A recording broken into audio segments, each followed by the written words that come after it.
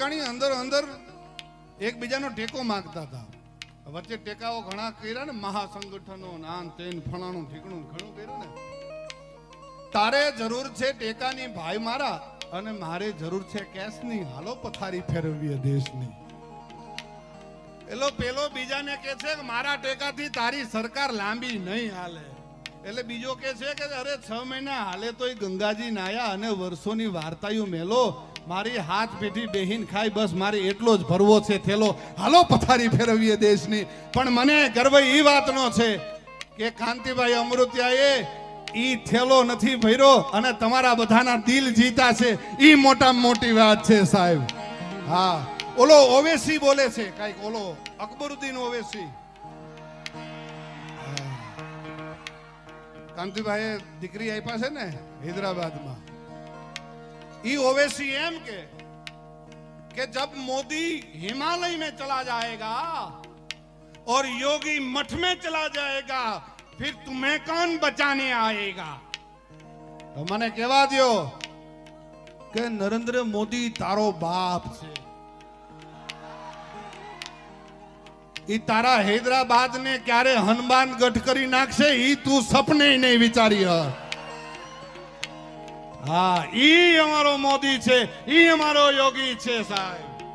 હા, હું નથી ભાજપમાં હો, આપણે નથી ભાજપમાં, નથી કોંગ્રેસમાં, નથી આપમાં અને નથી અપક્ષમાં, પણ હું ચારણ છું સાહેબ. મારે તો ગમે એને કહેવાનો અધિકાર છે. સાચું તો હું ગમે એને. રમશે ગુજરાત, જીતશે ગુજરાત અને કઈક આપશે ગુજરાત. હમણાં એક ભાઈને, હા હોનની જ વાત છે, હમણાં એક ભાઈને આખી રાત રહીમો અને કાંઈ આવે નહીં, રૂપિયા ઘણા બધા વહી ગયેલા. એટલે પછી છેલ્લે એના મોજે પૈસા ખાલી થવા આવ્યા. ઈ પેલા આમ જોયું ને, ભાઈ ભાઈ ભાઈ આમ જોયું ત્યાં 3 રાણી અને ત્યાં 3 રાણી જોઈને ઓહો હો હો કર્યું ને, આમ પાછળથી કર્યું. આમ જોયું ને ત્યાં પોલીસ વાળા હતા કે ઓહો હો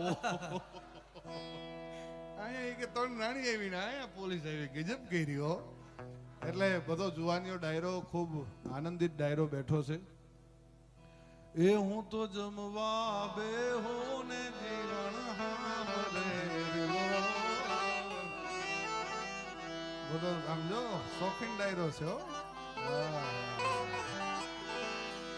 नहीं पीते तो कहीं मौसम तक नहीं पीते, और पीने बैठ जाते हैं तो किसी से कम नहीं पीते.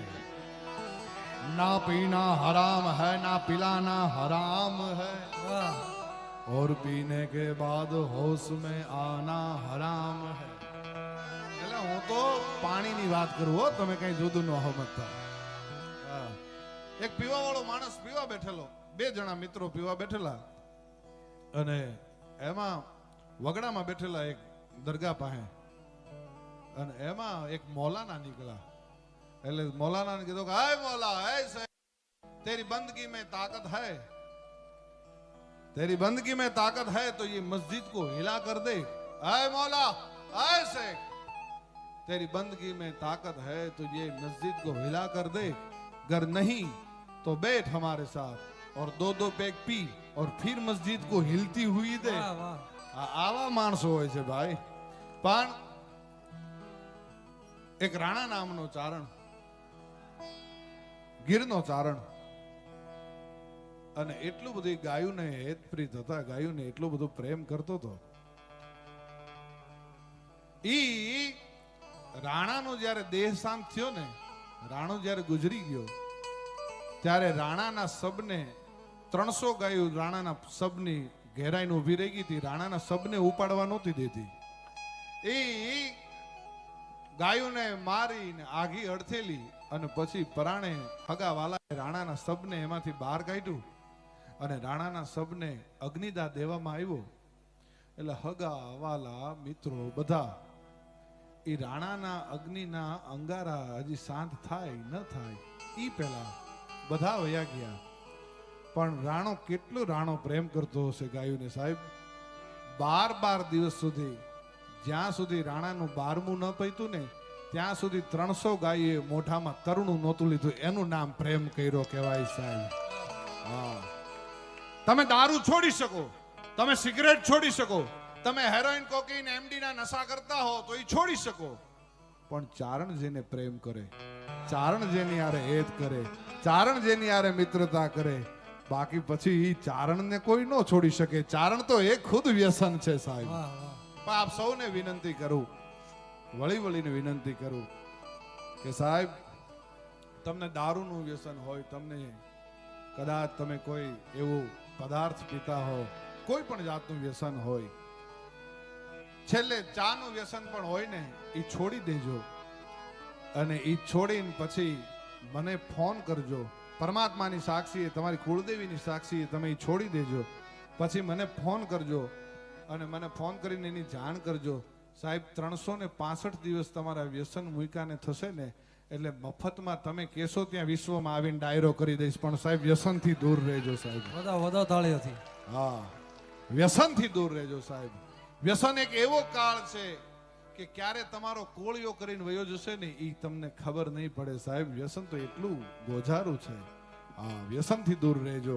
પણ આજ અમે આનંદ કરાવવા માટે ભેળા થયા છીએ, ત્યારે હવે ઈ બેયને હોપું કે તમારે જે તરફ ગાડી લઈ જવી હોય લઈ જાઓ.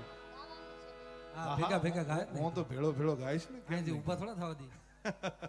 પણ આપણે ભાઈ સાગરને અને પૂનમબેનને આપણે વિનંતી કરીએ કે તમને મજા આવે ઈ દોર તરફ આપ લઈ જાઓ. આ જુવાનીઓ ડાયરો બધો રાહ જોઈને બેઠો છે. હા, એટલે જે મજા આવે ઈ. એ મજબૂત રાખું કેમ મન, હૈયો રહે ને હાથમાં,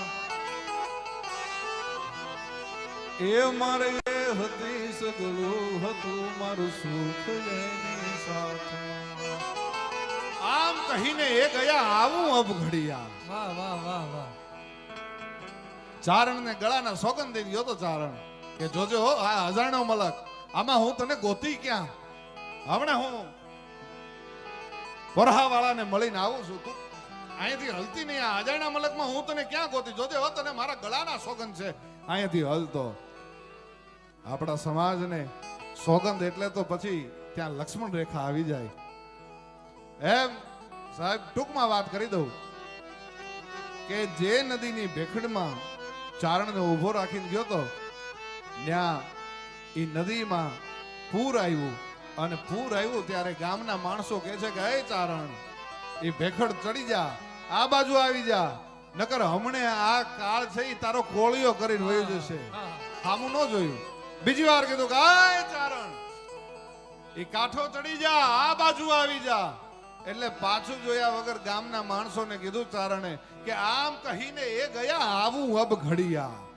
મારો સ્વામી છે, મારો ધણી છે, એ મને ગળાના સોગંદ દઈને ગયો છે, આમ કહીને એ ગયા આવું અબઘડિયા. હવે મારા સ્વામીના સોગંદ તણા મને પગે નેવડ પડ્યા. હવે કાળને હું એના બાપ